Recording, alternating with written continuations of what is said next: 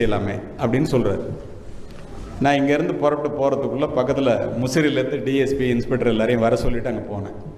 நாளைக்கு கல்யாணம் ஏற்பாடு நடக்குது, ஆனால் அந்த பொண்ணு அழுது அழுது ராத்திரி பூரா முகமே வீங்கியிருக்கு. நான் உடனே அந்த பொண்ணுகிட்ட போய் என்ன செய்யணும்னு நினைக்கிறேம்மான்னா, நான் படிக்கணும் சார், இந்த கல்யாணத்தில் விருப்பம் இல்லை, எனக்கு வயதே 16 தான் சார் முடிஞ்சிருக்கு அப்படி. அவங்க அம்மா அப்பாவை நான் கூப்பிட்டு பேசினேன், உடனே ஒத்துக்கிட்டாங்க. இது தப்பு, சட்டப்படி நீங்கள் செஞ்சால் ஜெயிலுக்கு போடுவீங்கன்னு சொன்னோன்னா ஒத்துக்கிட்டாங்க. அந்த பொண்ணுகிட்ட நீ ஃபர்தராக என்ன பண்ணணும்னு நினைக்கிறேன்னு கேட்டேன். நான் மேற்கொண்டு படிக்கணும்னு நினைக்கிறேன் சார், அதுக்கு என்ன உதவி வேணுமோ கேளுமா செய்கிறேன்னு அது கேட்டதெல்லாம் செஞ்சு விட்டோம். என்னால் ஞாபகம் வச்சுக்கோங்க. நான் அந்த பொண்ணுகிட்ட கேட்டேன், எனக்கு இதெல்லாம் ரைட்டு, உனக்காக ஜனாதிபதி பேசினாரே அப்படின்னு கேட்டேன். இல்லை சார், 4 வருஷத்துக்கு முன்னால் நான் அண்ணாமலை யூனிவர்சிட்டிக்கு போயிருந்தேன். இந்த மாதிரி ஒரு கூட்டத்தில் அப்துல் கலாம் சார் வந்து ஜனாதிபதி ஆகிறதுக்கு முன்னால் வந்து உரை